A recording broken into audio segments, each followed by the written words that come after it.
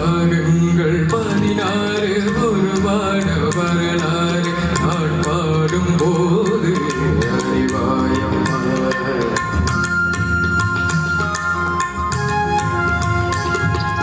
ராகங்கள் 16 ஒரு வாட வரலாறு நான் பாடும் போது அறிவாயம்மா.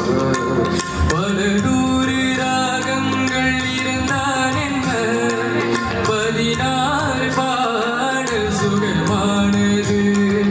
பல நூறு ராகங்கள் இருந்தால் என்ன 16 பாடல் சுகமானது.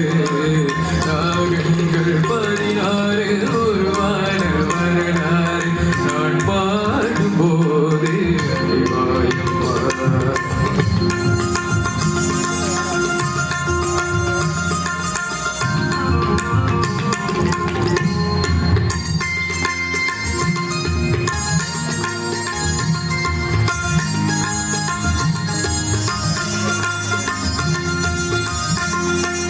கலைமாது தான் மீட்டும் மிதமான வீணை தனிவான ஸ்வரம் பாட பதமானது. கலைமாது தான் மீட்டும் மிதமான வீணை தனிவான ஸ்வரம் பாட பதமானது. அழகான இளம் பெண்ணின் மேனி தான் கூட ஆதார சுதி கொண்டு வீணையம்மா. அழகான இளம் பெண்ணின் மேனிதான் கூட ஆதார சுதி கொண்டு வீணையம்மா. ராகங்கள் 16 உருவான வரலாறு நான் பாடும் போது அறிவாயம்மா.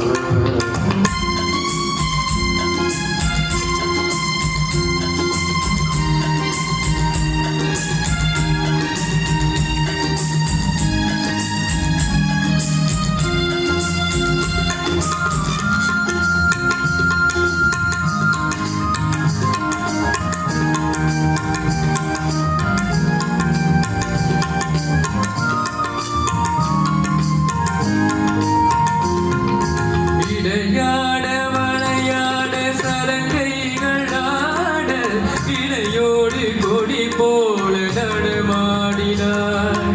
விளையாட வளையாட சலங்கைகள் ஆட இலையோடு கொடி போல நடமாடினார்.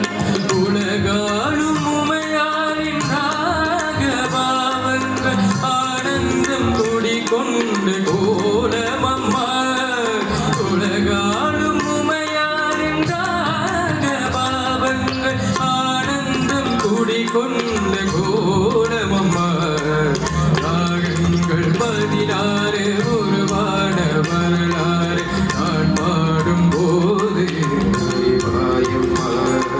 பல நூறு ராகங்கள் இருந்தால் என்ன 16 பாட சுகமானது. பல நூறு ராகங்கள் இருந்தால் என்ன 16 பாட சுகமானது.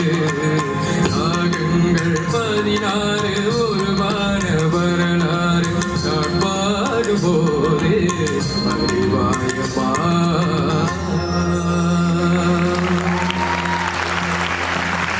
Mana lagi Melaka lah. பயணம் தொடரும். வணக்கம் மலாக்கா. விஜய் பிரகாஷ், நீங்க வந்து சின்ன வயசுல இப்போ உங்களுக்கு என்ன வயசு இருக்கும்? 15 தான் ஆகுது. ஆனா 12 வயசுலயே டிக்டாக்ல ஒரே விளையாட்டாமே, என்ன கதை?